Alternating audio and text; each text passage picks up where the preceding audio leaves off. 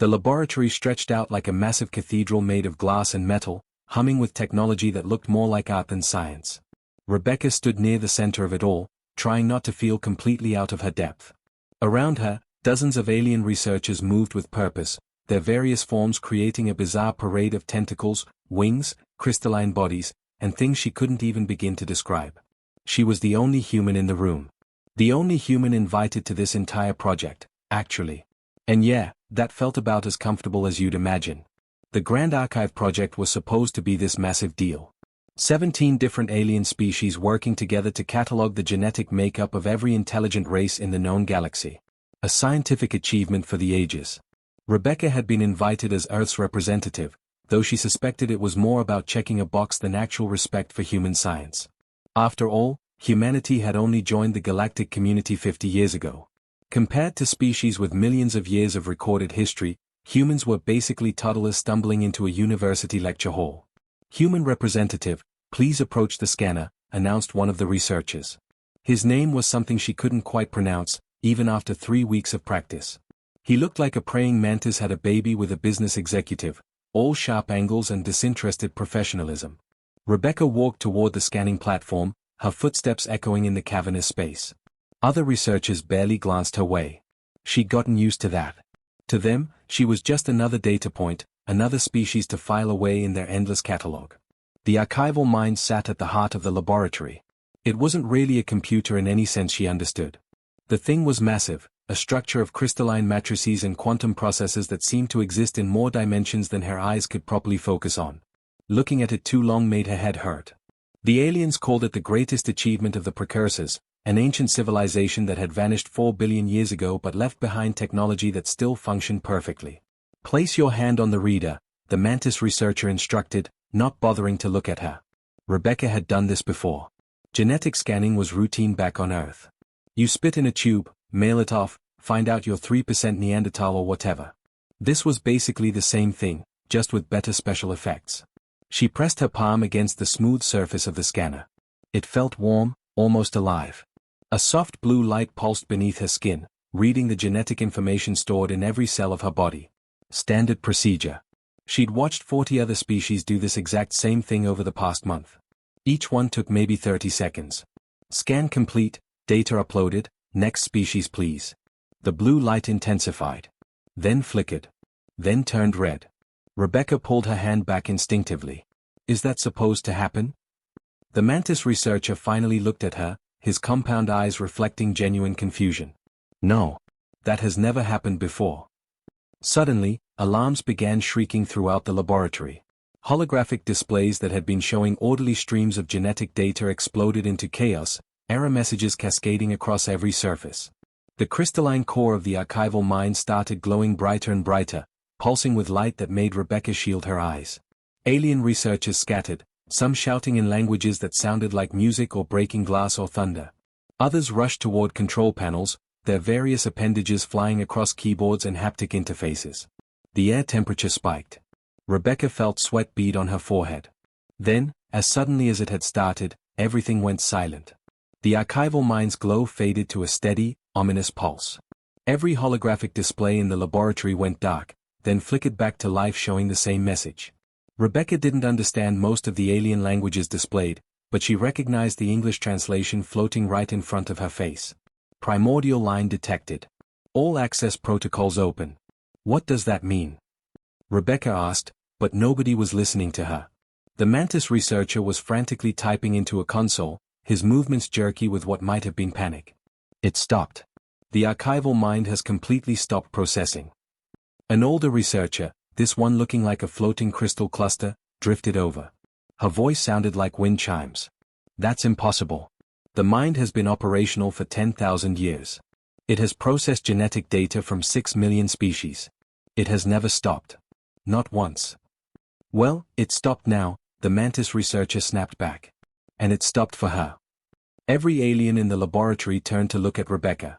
Dozens of eyes, in every color and configuration imaginable, all focused on her with expressions she couldn't quite read. Curiosity? Fear? Anger? Probably all three. Rebecca held up her hands. Look, I don't know what just happened. I just put my hand on the thing like you told me to. The floating crystal researcher moved closer, studying Rebecca like she was a particularly interesting bug. The archival mind has dedicated 100% of its processing capacity to analyzing your genetic code. It has locked out all other functions. It has opened secure vaults that have been sealed since the precursors vanished. And it will not respond to any override commands. Why would it do that? That, the crystal researcher said slowly, is what we are all desperately trying to understand. Emergency lighting flickered on throughout the laboratory. Somewhere in the distance, Rebecca could hear more alarms, the sounds of running feet, announcements being broadcast in languages she didn't understand. The entire facility was going into lockdown. She looked at the archival mind, still pulsing with that strange, steady light. The most sophisticated computer in the known galaxy, built by a civilization billions of years more advanced than humanity, had taken one look at her DNA and completely frozen. Rebecca had a sinking feeling that her nice, quiet research position had just gotten incredibly complicated. 3 days. That's how long Rebecca had been sitting in what they politely called an observation room, but was definitely just a very nice prison cell. The walls were transparent on one side, letting her watch the chaos unfold in the laboratory beyond. Alien scientists rushed back and forth in a constant frenzy, their voices rising and falling in arguments she couldn't understand. Every few hours, someone would come in to take another blood sample, another skin cell swab, another scan of her confused and increasingly annoyed human body. The archival mind still hadn't unfrozen. The massive quantum computer continued its singular obsession with her DNA, ignoring every attempt to override it or shut it down. Apparently, turning it off wasn't even an option. The thing had safeguards built by the precursors that made it effectively indestructible and unstoppable. Rebecca pressed her forehead against the cool glass, watching the mantis researcher she'd started thinking of as Dr. Cranky gesticulating wildly at a holographic display. She couldn't hear what he was saying, but his body language screamed frustration. The door behind her hissed open. She turned to see Tyler walking in, and the relief that flooded through her was almost embarrassing. Tyler worked for Earth's diplomatic corps, one of maybe 24 humans stationed at the Convergence Station. They'd met at a terrible mixer for new arrivals and bonded over how weird alien food was. "Hey," he said, and his smile was strained. "You doing okay?" "I've been better. They won't tell me anything. Just keep taking samples and looking at me like I'm going to explode or sprout tentacles or something." Tyler pulled up a chair and sat down heavily. "Yeah, well. The entire galactic scientific community is losing their minds right now. The Council of Eldest Races had an emergency session. There are protests on 3 different planets. Some species are calling for you to be dissected." Rebecca's stomach dropped. "That's a joke, right?" "Mostly a joke." The diplomatic team shut that down fast. "But Rebecca, this is serious. Whatever the archival mind found in your DNA, it's causing a massive political crisis." Before Rebecca could respond, the floating crystal researcher from before entered the room. Up close, Rebecca could see that she wasn't actually floating but standing on some kind of anti-gravity platform. Her crystalline body refracted light in 1,000 directions, creating rainbow patterns on the walls. "I am Dr. LYSS, she said, her wind chime voice surprisingly gentle. "I apologize for the conditions of your stay.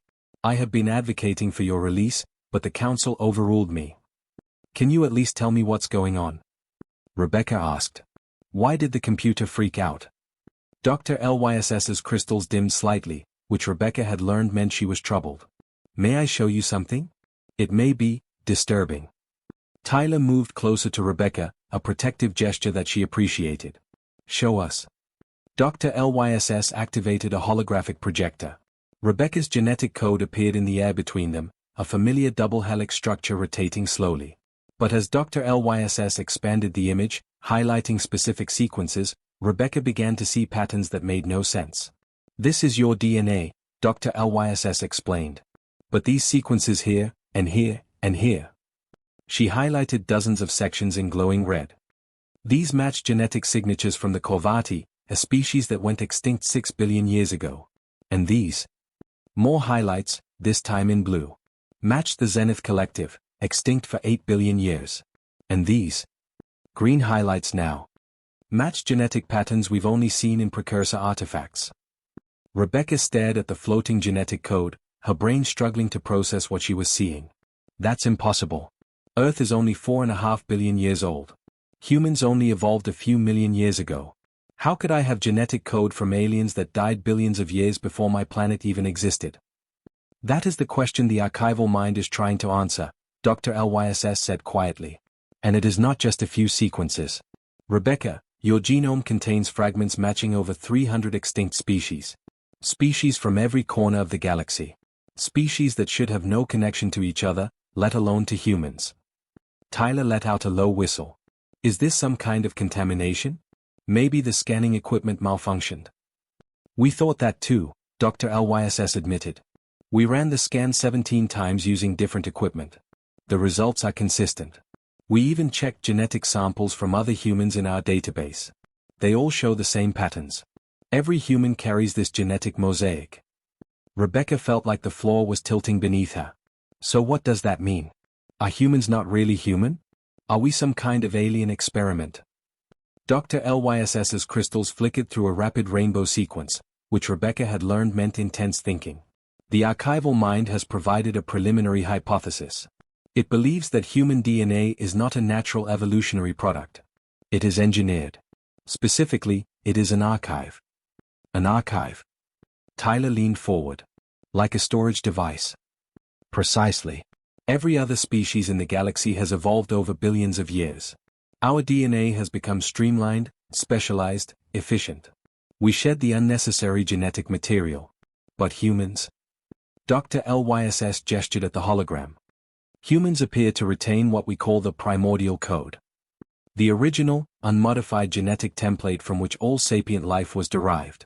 You are walking genetic libraries, carrying the fundamental building blocks of galactic civilization. The room fell silent except for the soft hum of the holographic projector. Rebecca looked at her own hands, suddenly feeling like a stranger in her own skin. Every cell in her body apparently contained the genetic history of species that died before her son was born. But why? She finally asked. Why would anyone engineer humans like this? That is what the archival mind is trying to determine, Dr. LYSS said. It has accessed sealed data vaults, information about the precursors that has been locked away for 4 billion years. No species has ever been granted access to these vaults. The computer is opening them for you. Tyler stood up, pacing the small room. So the precursors, this ancient super-advanced civilization that disappeared billions of years ago, they somehow engineered humanity to be genetic time capsules? That's insane. It is the only explanation that fits the data, Dr. LYSS said. She paused, her crystals dimming to almost black. There is more. The archival mind has detected something else in human DNA. Something it calls an activation sequence. Dormant genetic code that has never been expressed in any human. Code that appears to be waiting for specific conditions before it triggers. Rebecca felt cold despite the comfortable temperature. What kind of conditions? Unknown. But the archival mind believes this dormant code contains instructions, abilities, knowledge, perhaps even memories from all those extinct species encoded into your genome. You're saying I have alien superpowers just waiting to wake up? Rebecca tried to make it sound like a joke, but her voice cracked. I am saying, Dr. LYSS replied carefully, that humans are far more significant than anyone realized. And that significance is about to change everything in galactic society. Through the transparent wall, Rebecca could see more alien researchers gathering around displays, their gestures becoming increasingly agitated. Whatever the archival mind was discovering, it was clearly just the beginning. Tyler put a hand on her shoulder. Whatever this is, Earth has your back. We're not letting anyone treat you like a lab experiment. Rebecca nodded, trying to feel reassured. But as she looked at her genetic code still rotating in the hologram, she couldn't shake the feeling that her entire understanding of what it meant to be human had just shattered into a million crystalline pieces. 2 weeks of continuous processing. 14 days of the archival mind working without pause, its crystalline core pulsing with that eerie, steady light. Rebecca had been moved to better quarters, at least. Still under guard, still technically a prisoner, but now she had a real bed and actual windows showing the star field beyond the station. Tyler visited every day, bringing news from Earth and terrible station cafeteria food that somehow tasted better than the alien cuisine. The galaxy was holding its breath. Then, on day 15, every screen in the convergence station flickered to life simultaneously. Rebecca was in her room when it happened, Tyler sitting across from her trying to explain the latest political fallout. The wall display activated without warning, and suddenly they were looking at the archival mind's interface. This is it, Tyler breathed. It's making an announcement. Within minutes, Dr. LYSS arrived with a security escort. The archival mind is broadcasting across the entire galaxy. Everyone will hear this simultaneously. They weren't kidding. As Rebecca watched, she could see the feed was being transmitted to billions of devices across thousands of worlds. The most important scientific announcement in galactic history, and apparently it was about her DNA. The archival mind's voice came through, not mechanical but almost organic, layered with harmonics that seemed to resonate in Rebecca's chest. Analysis complete. Presenting findings on species designated Homo sapiens, genetic classification primordial inheritors. The display shifted, showing a three-dimensional model of human DNA that rotated slowly, sections lighting up in cascading patterns of color. Human genetic code is confirmed as artificially constructed, the voice continued. DNA structure contains compressed genetic archives from 417 extinct sapient species spanning 8.3 billion years of galactic history. This encoding is not natural evolution. It is deliberate engineering. Tyler grabbed Rebecca's hand. She squeezed back, not trusting herself to speak. Purpose of encoding has been determined, the archival mind said. Human DNA does not merely contain historical genetic data. It contains functional information. Coordinates. Access protocols. Security clearances. Humans are biological key systems designed to interface with precursor technology. The display changed again, now showing a star map of the galaxy. 7 points began glowing in brilliant gold, scattered across different sectors. 7 precursor installations have been identified through analysis of human genetic markers. These facilities have remained sealed for 4 billion years, awaiting the arrival of appropriate genetic authorization. Designation, archive vaults. Content, unknown. Access restriction, human genetic signature required for entry. Rebecca felt the blood drain from her face. They turned us into keys. The precursors turned an entire species into living keys. Dr. LYSS's crystals swirled with agitated colors. This explains everything. Why your DNA contains the primordial code. Why the archival mind granted all access privileges. You are not just carriers of genetic history. You are the inheritors of precursor legacy. The broadcast continued. Additional finding, human genetic code contains distributed map fragments. Single human genome contains incomplete navigation data. Multiple human genomes, when analyzed collectively, provide complete coordinates and access protocols for all 7 archive vaults. Estimated minimum required samples, 37 unique human individuals. Tyler stood up abruptly. Oh no. Oh, this is bad. What? Rebecca looked between him and Dr. LYSS. What's bad about that? Because now every species in the galaxy knows that humans are the only way to access ancient super technology, Tyler said, his voice tight. And they know that they need to collect enough humans to compile the complete map. As if on cue, alarms began blaring throughout the station. Dr. LYSS's platform jerked as she accessed her communicator, her crystals flashing red. Multiple unauthorized ships approaching the station. They are broadcasting demands for human specimens. The wall display split into multiple feeds. Rebecca could see ships of various alien designs converging on the convergent station. Some were sleek scientific vessels, others clearly military craft. The communication channels erupted with overlapping demands, threats, and offers. The Carath Dominion offers 10 million credits for human genetic samples. The Crystal Communion demands immediate access to all humans on station for scientific study. This is a humanitarian crisis. Humans must be protected under council jurisdiction. Tyler pulled Rebecca toward the door. We need to get you to the Earth Embassy section now. They ran through corridors filled with panicked researchers and security personnel. Alien species that had ignored Rebecca for weeks now stared at her with undisguised hunger. She'd gone from irrelevant to the most valuable thing in the galaxy in the span of a 15-minute broadcast. Dr. LYSS floated alongside them, her platform moving faster than Rebecca would have thought possible. The Council is convening emergency protocols. But Rebecca, you must understand what this means. Those 7 archive vaults could contain technology beyond our comprehension. Weapons. Medical advances. Faster-than-light travel beyond our current capabilities. The knowledge of a civilization billions of years more advanced than anyone alive today. They reached a secured intersection where human security personnel were setting up barricades. Rebecca recognized the officer in charge, Lieutenant Chen, a no-nonsense woman from the Earth Defense Force. How many humans are on this station? Rebecca asked. 73 total, Chen replied, checking her weapon. We're gathering everyone in the embassy section. Earth Command is sending reinforcements, but they're 3 days out. Tyler pulled up a holographic display showing the galaxy map with those 7 golden points. Look at where these vaults are located. 3 of them are in neutral space. 2 are in territories controlled by species that barely tolerate humans. 1 is in a system nobody has visited in centuries because of some kind of spatial anomaly. And the last one. He zoomed in, his expression darkening. The last one is only 40 light-years from Earth.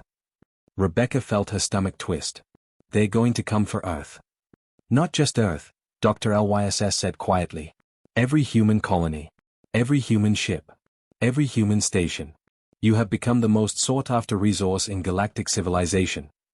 Another alarm, this one different. Lieutenant Chen cursed. Someone just breached the station's outer hull. We've got boarders. Through a nearby viewport, Rebecca could see ships of all sizes surrounding the station. Some were trying to dock peacefully. Others were attempting forced entry. The civilized veneer of galactic society was cracking, revealing the desperate scramble underneath. Tyler pulled her close. Listen to me. Earth won't let this happen. We won't let humanity be carved up and used as living keys. But this changes everything. We went from being the new kids in the galaxy to the most powerful species overnight. We're not powerful, Rebecca protested. We're just carriers. Exactly, Dr. LYSS interjected. You carry the only thing that matters now. Access. Every species in this galaxy wants what's in those vaults. And only humans can open the doors. An explosion rocked the station. Emergency shields activated, bathing the corridor in red light. Lieutenant Chen barked orders into her comm, directing her people to defensive positions. Rebecca looked at the galaxy map still displayed on Tyler's hologram. 7 golden points, each one representing mysteries billions of years old. And somewhere in her DNA, scattered across the genetic code of every human alive, was the map to reach them. She thought about everyone back on Earth, living their normal lives, completely unaware that they'd just become the most valuable and endangered species in known space. Billions of people who'd wake up tomorrow to find themselves at the center of a galactic crisis. The archival mind had one more thing to say, Dr. LYSS said, pulling up the final segment of the broadcast. I think you need to hear this. The archival mind's voice resumed, warning to all galactic civilizations.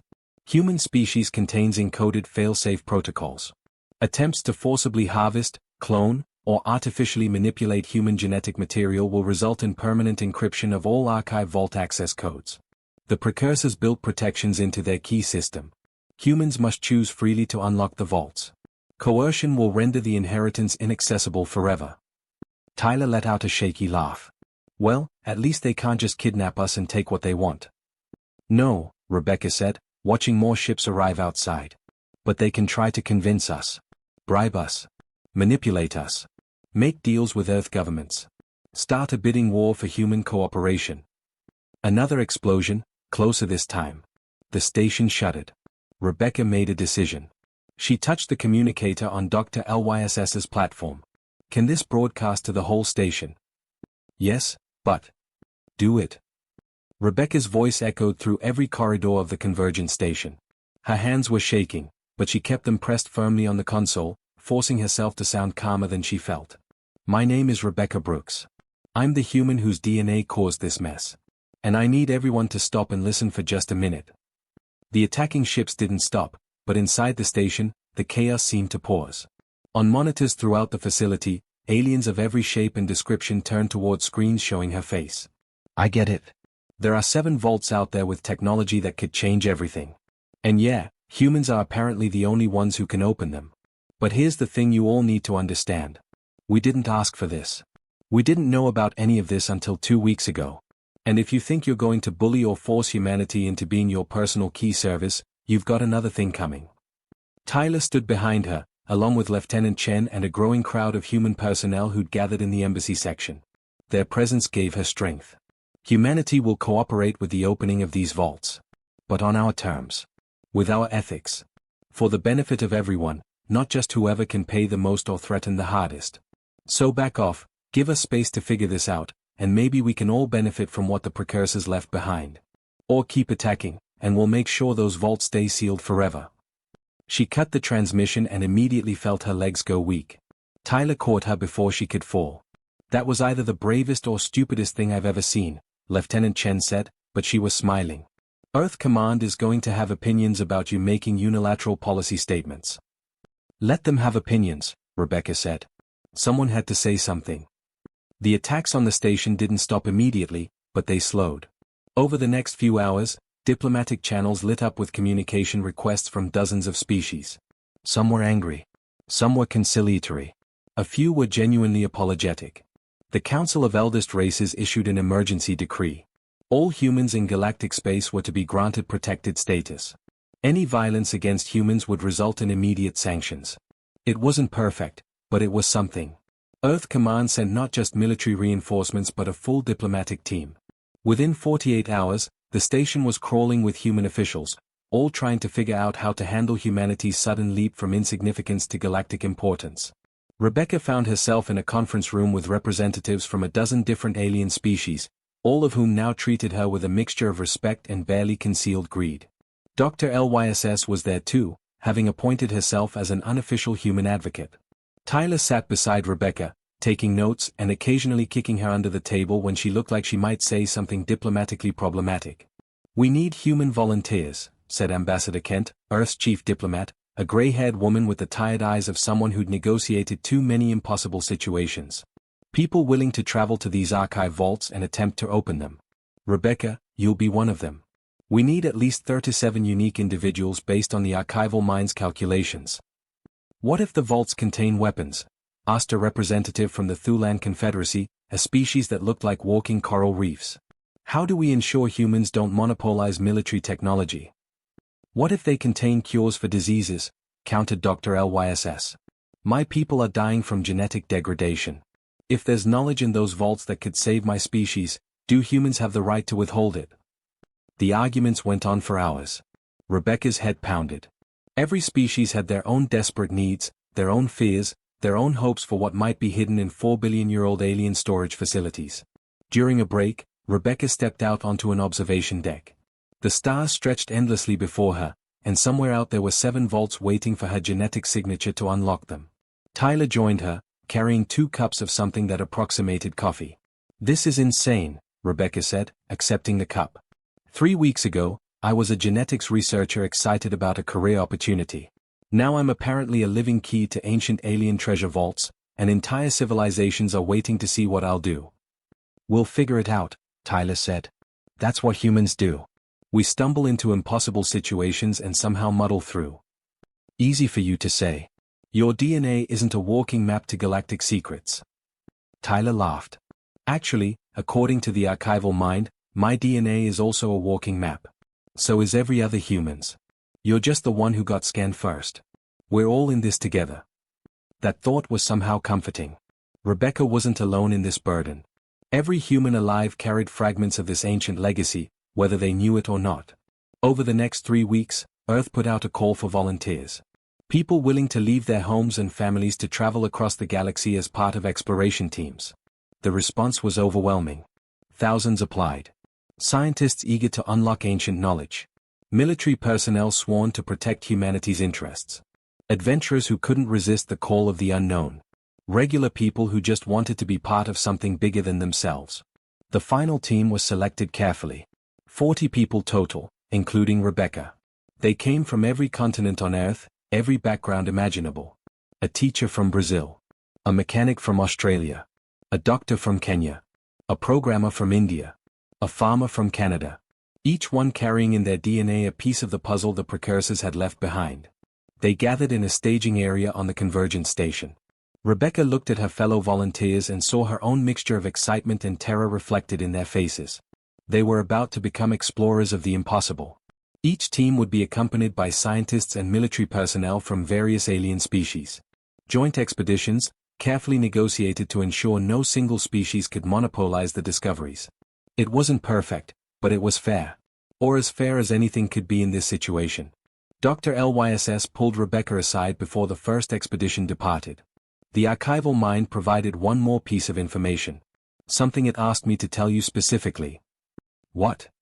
The crystal being seemed to dim, her light refracting in troubled patterns. It said that opening the vaults is only the beginning. The genetic code in human DNA contains more than just coordinates. There are instructions, dormant abilities, things that will activate once you interact with precursor technology. Rebecca felt a chill run down her spine. What kind of abilities? Unknown. But the precursors did not create humans as simple keys. They created you as inheritors. When you open those vaults, you won't just be unlocking doors. You'll be unlocking something in yourselves. The first expedition ship prepared for departure. Rebecca would be on it, heading to the nearest vault located in neutral space. Tyler would be on a different ship, heading to another vault 3 sectors away. They'd said their goodbyes earlier, both trying not to think about the dangers ahead. As Rebecca boarded the ship, she took one last look at the convergence station. The massive facility where her normal life had ended and this impossible new reality had begun. Where a simple genetic scan had revealed that humanity was never as ordinary as they'd believed. The ship's engines hummed to life. Around her, the team made final preparations. Alien scientists checked their equipment. Human military personnel secured the vessel. Everyone focused on their tasks, trying not to think too hard about what they might find. Rebecca strapped into her seat and pulled up the star chart showing their destination.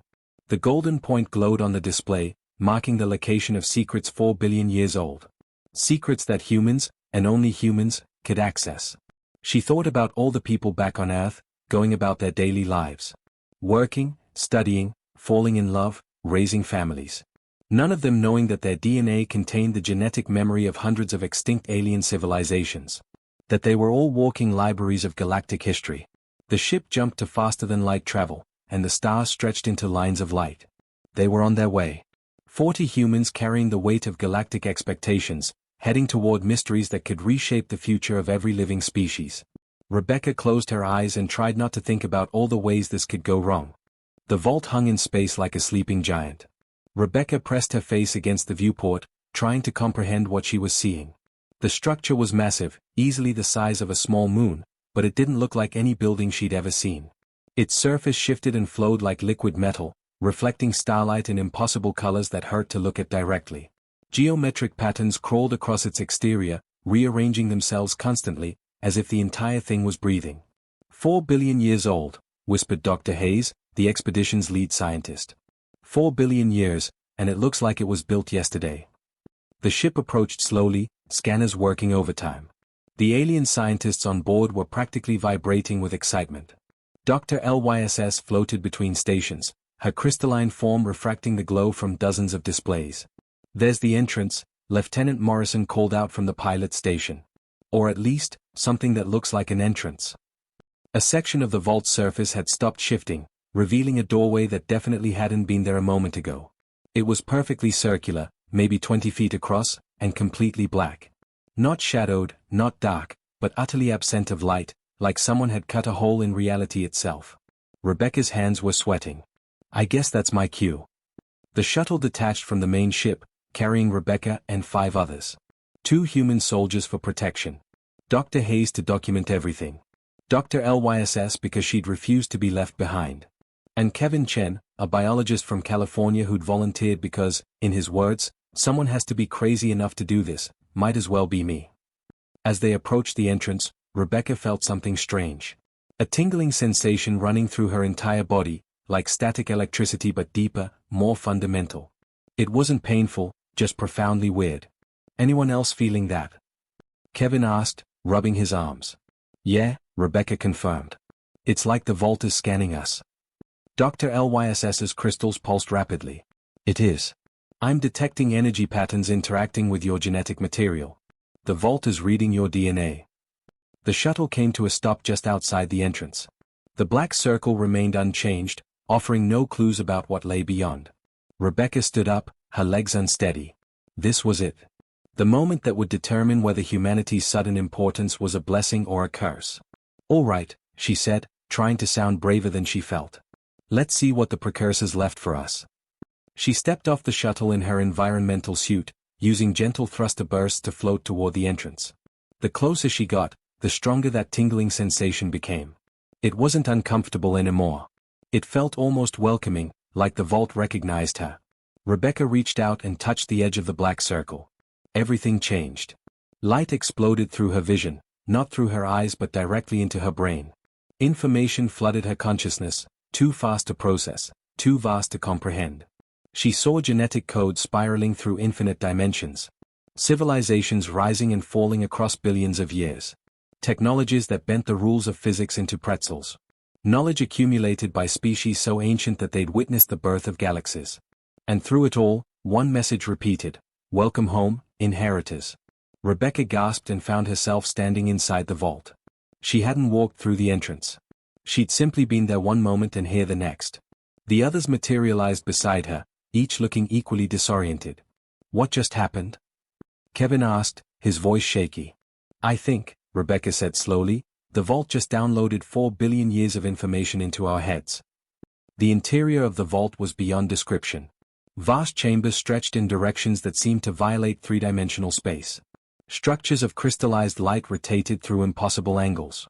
And everywhere, there was technology. Devices, machines, systems that Rebecca couldn't begin to understand but somehow felt intimately familiar with. Dr. Hayes pulled out scanning equipment, his hands trembling with excitement. "The energy readings here are off the charts. This single facility contains more power than our entire solar system generates in a year."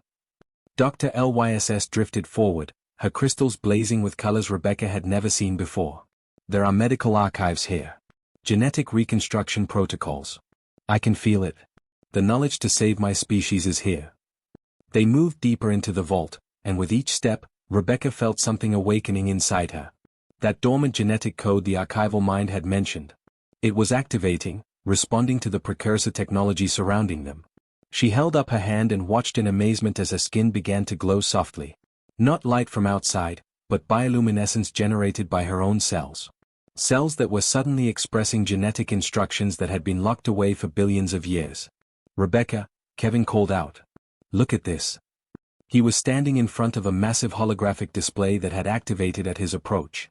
It showed a star map of the entire galaxy, with thousands of points marked in various colors. As Rebecca approached, the display shifted, zooming in on specific locations. "These are precursor sites," she realized. "Not just 7 vaults. Thousands of them. Research stations, manufacturing facilities, knowledge repositories. They're everywhere." The implications hit her like a physical blow.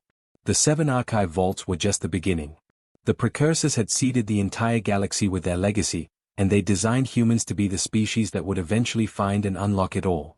"We need to report this," Lieutenant Morrison said, already activating her communicator. But before she could send anything, the vault itself responded. Holographic projections materialized around them, showing a figure that could only be a precursor. It was vaguely humanoid but wrong in subtle ways, as if human form had been filtered through alien sensibilities. The figure spoke, and somehow Rebecca understood despite never having heard the language before. The words bypassed her ears entirely, forming directly in her mind. "You have arrived as designed. You have evolved as intended. You carry within you the genetic heritage of all who came before. We, the precursors, built civilizations that span galaxies. We achieved wonders that would seem like magic to those who came after. But we also made mistakes.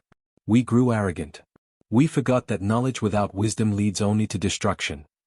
The projection changed, showing civilizations destroying themselves with weapons too powerful to control. Plagues created by medical science gone wrong. Artificial intelligences turning on their creators. Environmental collapse from technologies misused. We saw the cycle repeat across countless species. Rise, peak, fall. Always the same pattern. So we made a choice. We seeded a new species on a world far from galactic civilization. We encoded into your DNA the accumulated knowledge of billions of years.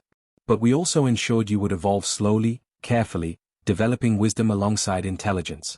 You would not receive this inheritance until you were ready. Until you had proven yourselves capable of reaching the stars without destroying your own world. Rebecca felt tears streaming down her face inside her helmet. The precursors hadn't just created humans as keys or archives. They'd created them as a second chance for galactic civilization. "You are inheritors not of our power, but of our responsibility. The technologies you find here can heal or harm. Build or destroy. The choice is yours. We cannot guide you. We are long extinct, our own civilization fallen to the very mistakes we tried to prevent. But in you, we placed our hope.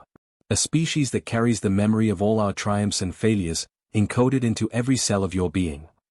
The projection faded, leaving them in silence. Dr. Lys's voice was barely a whisper. They gave you everything. All their knowledge. All their power. And they asked only that you be wise enough to use it well. Rebecca looked around at the vast vault, at the technology that could reshape galactic civilization, at the knowledge that could cure diseases or create weapons of unimaginable destruction. The weight of it was crushing. We need to tell Earth, she said finally. We need to tell everyone. This isn't just about opening vaults and claiming ancient technology. It's about deciding what kind of civilization we want to be.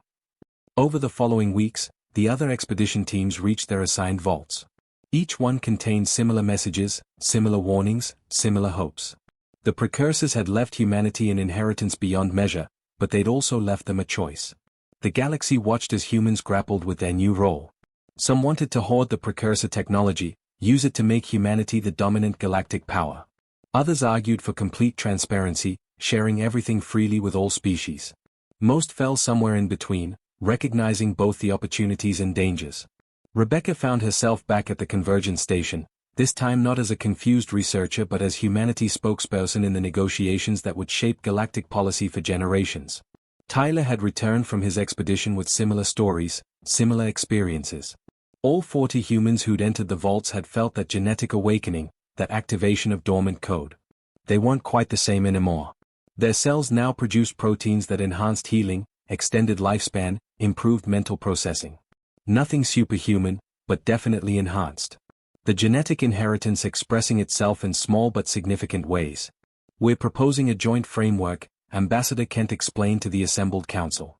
Humans will facilitate access to precursor sites, but discoveries will be shared through a galactic research cooperative.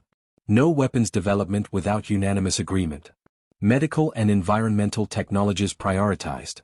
Knowledge distributed freely to prevent any single species from monopolizing the inheritance. There were objections, of course. Species that wanted exclusive access. Factions that saw military applications as the priority. But the majority recognized the wisdom in humanity's approach. The precursors had trusted humans with this legacy precisely because they'd evolved slowly, carefully, with time to develop ethical frameworks alongside technological capability. Rebecca stood before the council and spoke the words that would define humanity's role for centuries to come. We are inheritors, but we choose to be stewards. We didn't ask for this responsibility, but we'll honor it. Not as rulers or gatekeepers, but as guides. We carry the memory of every mistake the galaxy has made.